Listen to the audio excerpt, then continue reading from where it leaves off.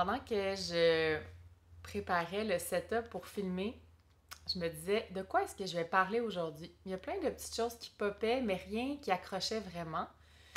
Fait que je viens de prendre quelques grandes inspirations. Puis un exercice que j'aime bien faire, c'est de dire 3 fois je laisse mon âme diriger mon verbe. Et là, je viens de faire ça. Et le sujet pour le podcast aujourd'hui est apparu très clair. On va explorer les peurs reliées à son éveil spirituel. Quand je parle d'éveil spirituel, c'est vraiment pour moi quand on passe d'un état où on est dans un 9 à 5, dans un travail, dans un beaucoup de conditionnement de la société, très déconnecté de notre corps, beaucoup plus au niveau de la tête, du rationnel, de l'avoir plutôt que de l'être. Et il n'y a rien de mauvais à être là-dedans. Mais une fois qu'on reconnecte à plus grand, qu'on reconnecte à soi, qu'on reconnecte à la nature, qu'on connecte réellement avec les gens, avec leur essence, il n'y a plus de retour à l'ancien. Et ben, j'imagine que si tu écoutes le podcast, tu as passé par là ou tu es peut-être en train de passer par là. Et je sais que pour beaucoup de gens, ça peut être un espace où il y a beaucoup de peur et même qui peut être souffrant. Fait que j'aimerais ça qu'on vienne normaliser les peurs reliées à ça. La première chose, il y a la peur du jugement. Donc, quand on commence à s'intéresser à ce qui est plus spirituel, ce qui est plus woo-woo, bien souvent notre ancien, en tout cas notre cercle, fait partie de notre ancienne vie. Donc, les amis, même la famille. Et on est habitué d'être dans la boîte identitaire d'avant. On a toutes des boîtes identitaires qui viennent nous donner, on va dire, des étiquettes et nous définir comme personne. On peut avoir des boîtes identitaires différentes selon avec qui on est. Exemple, avec ta mère, c'est peut-être différent que ta meilleure chum de fille, que ton chum, que ta blonde. Et ça fait que quand on transmute vers quelque chose de vraiment différent, donc on fait vraiment le saut dans un autre chemin quand on fait un éveil spirituel, ben on vient changer notre identité. Et ça peut être vraiment déstabilisant pour nous. Et aussi, on peut avoir peur d'être justement, que ce soit déstabilisant pour les gens autour de nous, puis on peut avoir peur d'être jugé, on peut avoir peur d'être rejeté, puis on peut avoir peur de ne plus être aimé.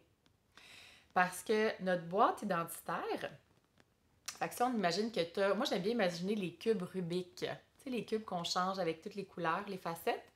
Fait qu'imagine, tu as ton cube Rubik. Puis là, avec ta mère, tu mets ton jaune. Avec ton chum, ta blonde, tu mets le rouge. Avec ton ami, le bleu. Avec ton enseignant, tu mets... C'est quoi la couleur qui reste? Jaune. En tout cas, vert. Tu mets le vert. Et là, si, mettons, exemple, avant, tu étais vraiment rouge, et là, avec ton éveil spirituel, tu deviens vert ou bleu ou jaune, peu importe, ben là, il faut que tu montres ce nouveau côté-là aux gens. Puis ça, là, ça peut être stressant pour l'organisme. Puis là, la patate dans la tête, à part la vieille cassette, est-ce que les gens vont m'aimer? Est-ce que je vais me faire ridiculiser? Est-ce que je peux dire ça? Est-ce que je peux pas dire ça? Et c'est normal. Puis ce que j'ai envie de te dire, pour moi, l'avoir fait, ça a été vraiment long avec certaines personnes avant que je montre ce côté-là de moi. Parce qu'ils me connaissaient dans, on va dire, l'ancienne Marie-Ève. Puis c'est avec cette ancienne Marie-Ève-là, ces anciennes étiquettes-là, que j'ai créé des liens avec ces gens-là. Et là, avec la nouvelle Marie-Ève, après mon éveil spirituel, j'avais plus les mêmes endroits où j'avais envie d'aller. Tu sais, si avant j'aimais, mettons, aller dans les bars, les restos, là, je suis plus parc nature. Je vais plus préférer de faire des activités de jour que des activités de soir comme avant. Même mes sujets de conversation vont être différents. Avant, peut-être, j'aimais ça m'émérer puis gossiper. Alors que là, aujourd'hui, j'ai vraiment envie de connexion profonde, de connecter avec ce qui se passe dans la vie de la personne, c'est quoi ses challenges, c'est quoi ses fiertés, puis de plus explorer ça. C'est ça qui me nourrit maintenant. Et là, comment est-ce que tu amènes ça dans ton cercle d'amis avec ta famille. La première chose que j'ai envie de te dire avec ça, c'est ça se peut qu'il y ait des gens qui sortent de ta vie. Ah, ça se peut. Et après ça, j'ai envie de te demander, est-ce que tu as envie de continuer à mettre un costume pour garder des liens qui sont pas nourrissants? Pour moi, la réponse, ça a été non.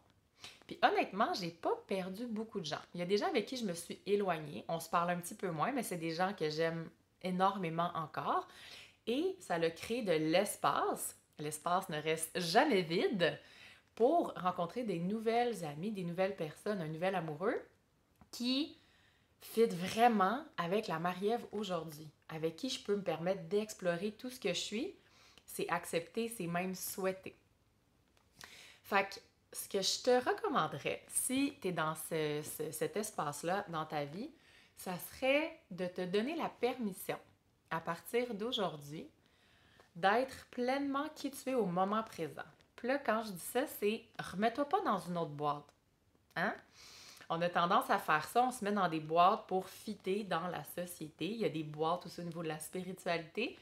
Puis moi, ce que je dis souvent, c'est pas vrai que je suis sortie du pharmaceutique dans ma boîte du 9 à 5 pour retourner dans une autre boîte. Même si c'est une boîte avec des fleurs, des rainbows, puis des licornes, j'ai plus envie d'être dans des boîtes, puis d'être confinée dans une identité dans laquelle mes choix, mes actions doivent rester là-dedans. J'ai envie d'être libre, j'ai envie d'être grande, j'ai envie de bouger. Donc, je choisis, moi, de ne pas me remettre dans des boîtes. Et donc, à tous les jours, je pars à la découverte de c'est qui Marie-Ève aujourd'hui. Parce que selon les rencontres que j'ai, même les séances avec des clients, tout ça vient moduler la personne que je suis, puis je la laisse respirer, je la laisse être. Et donc, quand je rencontre des gens, des amis, des nouvelles personnes, ma famille, ben, je me donne la permission d'être amplement la Marie-Ève d'aujourd'hui. Et c'est ce que j'aurais envie de t'offrir. Et là, ce qui est intéressant, c'est que non seulement toi, tu t'es mis dans une boîte identitaire avec quelqu'un, hein, si on retourne à ton cube Rubik, mais chaque personne avec qui tu as un lien relationnel ont aussi une boîte identitaire pour fitter avec toi. C'est beau, hein? Fait que souvent, ce qui se passe, tu sais, si toi, tu as évolué, il y a de fortes chances que chaque personne autour de toi a aussi évolué, puis ça se peut que cette personne-là aussi, elle ait peur de te montrer toutes les nouvelles facettes de sa personnalité par peur d'être jugée, pas aimée, rejetée. Donc, elle reste aussi dans ses anciennes chaussettes qui puent pour s'assurer que la relation continue. Alors, si toi, tu as ta boîte identitaire qui fit avec sa boîte identitaire, mais si toi, aujourd'hui, tu te permets de sortir de cette boîte-là une fois pour toutes, on la laisse à l'arrière, on laisse les peurs, on laisse tout ça, puis on se dit « Hey, à partir d'aujourd'hui, j'ai envie d'être libre, d'être qui je suis. » Puis, je vais prendre la chance d'être vue là-dedans. Puis, tu sais quoi? Peut-être même qu'en me permettant ça, en sortant du cube Rubik, puis d'être toutes les couleurs, ben, je vais permettre à la personne devant moi de faire la même chose et de ne pas être prise dans une des couleurs, mais d'être aussi toutes les couleurs. Puis, honnêtement, j'ai été extrêmement surprise. Quand j'ai commencé à faire ça, là, j'ai des amies qui étaient super curieuses. « Ah, t'entends les guides? C'est quoi des guides? Comment ça se passe? Ah, c'est quoi ça, les pierres que t'as? Ah, c'est quoi une améthyste? Qu'est-ce que ça fait? Les cristaux? » Ils se sont achetés des pierres, ils ont commencé à faire de la méditation, à écouter des sons binauraux. Fait que non seulement ça m'a permis, moi, d'être pleinement alignée puis de me respecter dans qui je suis, mais en plus, ça l'a ouvert des portes aux gens devant moi d'être aussi ces parties-là qu'elles ne pouvaient pas être peut-être avant, puis peut-être pas avec d'autres personnes non plus. Et si jamais les gens avec qui tu es en contact ne fitent pas du tout avec qui tu es dans le présent, bien peut-être que pour le moment, vous allez prendre des chemins un peu différents, puis qui sait, peut-être que ça va revenir. Donc ça, je te dirais, c'est beaucoup plus avec les amis, la famille. Avec amoureux, amoureuses, je travaille beaucoup plus avec des femmes en ce moment.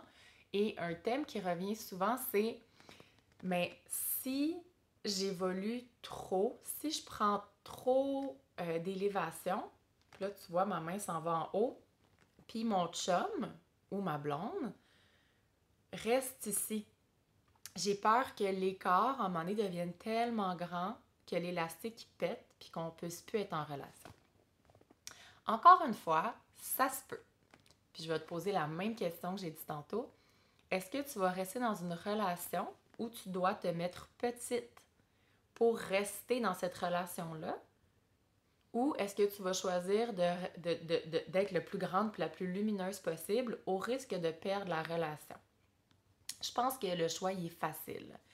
Et là où tu vas être surprise, j'ai envie de te dire, la majorité du temps, j'avais comme 96% qui est venu comme chiffre, fait que je vais dire 96% du temps, euh, ton chum, ta blonde, ils vont te voir grandir puis ils vont faire « Oh my God, mais elle est tellement belle, il est tellement beau dans sa lumière. Moi aussi, j'ai le goût. » Tu sais, quand on dit par les actions, c'est la meilleure façon de créer des changements dans les gens autour de nous, plus que de dire « Hey, Lisa, va à telle retraite, fais telle affaire. » Non. Toi, donne-toi la chance de briller. Donne-toi la chance d'être pleinement qui tu es aujourd'hui. Puis, ton chum, ta blonde, ils vont regarder ça et ils vont être comme « Ah, elle a tellement bien, ça a l'air léger, ses projets vont bien, elle a plus d'énergie. Moi aussi, ça me tente. Puis j'ai envie de rester en connexion avec lui, avec elle. Fait que, OK, comment je fais? Fait que ça se peut que la personne commence à te poser des questions, fasse des recherches de son côté pour pouvoir aller là. Et c'est la meilleure façon que cette personne-là vienne te rejoindre. Alors, si tu es dans cette situation-là, questionne-toi. Est-ce que je choisis aujourd'hui de rester petite dans ma boîte identitaire pour rester en relation avec quelqu'un ou est-ce que je me permets de grandir dans ma pleine lumière et aussi en même temps permettre à cette personne-là de prendre son envol, d'être dans toutes ses couleurs? Je pense que le choix est facile. Alors, mais je pense que c'est tout pour aujourd'hui. Je me sens bien complète avec ça. Fait que je t'embrasse et on se voit la semaine prochaine!